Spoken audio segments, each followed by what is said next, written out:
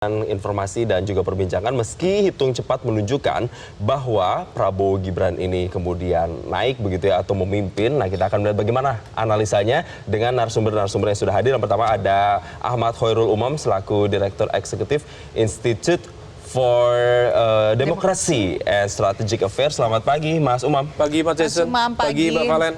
Baik, dan berikutnya juga ada Mas Hanggoro Doso Pamungkas selaku peneliti LSI DNIJS. Selamat pagi Mas Hanggoro. Pagi Mas Jason, Mbak Valen. Bapak-bapak ini masih semangat ya mengawal pemilu kita ya?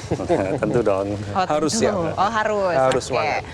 Ini kita karena banyak yang memperdebatkan apakah angka ini masih bisa berubah atau mungkin hanya berubah tipis saja sedikit akan seputar yang sudah ada sekarang ini di dalam perhitungan real count KPU di website KPU itu atau gimana Mas Hanggoro? Ya, sebenarnya data dari quick count ini sebelum mencapai 100% pun sudah kita simpulkan ya. Ada beberapa faktor. Yang pertama ketika kita melihat sebaran data, apakah sudah cukup proporsional atau tidak gitu ya. Yang kedua jumlah data gitu. Yang ketiga aliran data yang masuk, apakah ada fluktuasi atau tidak. Kita tidak menemukan fluktuasi yang sangat signifikan dari mulai data awal hingga hampir 100% ini.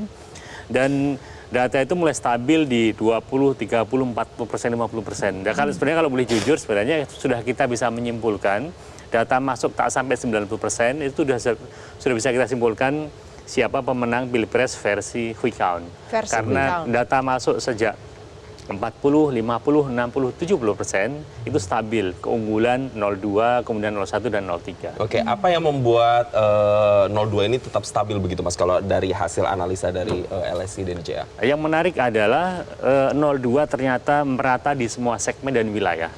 Kalau kita lihat dukungan dalam quick count ini, kita lihat breakdown-nya, mulai dari Indonesia Timur hingga Barat itu semuanya unggul 02, terutama yang basis-basis besar. Wilayah yang kita duga akan gapnya jauh antara 01 dan 02, misalnya di DKI Jakarta, dalam quick count tidak kita temukan gap yang cukup signifikan.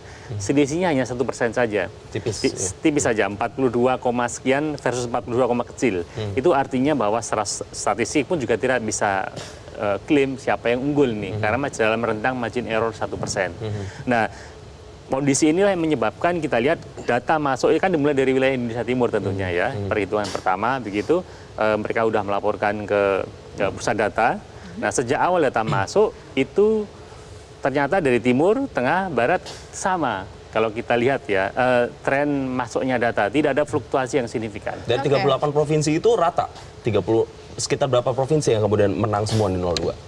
02 tertinggal di DKI Jakarta yang selisihnya 1% tadi saya sebutkan. Yang kedua di Sumatera Barat dan Aceh. Tiga provinsi inilah yang diunggul 01.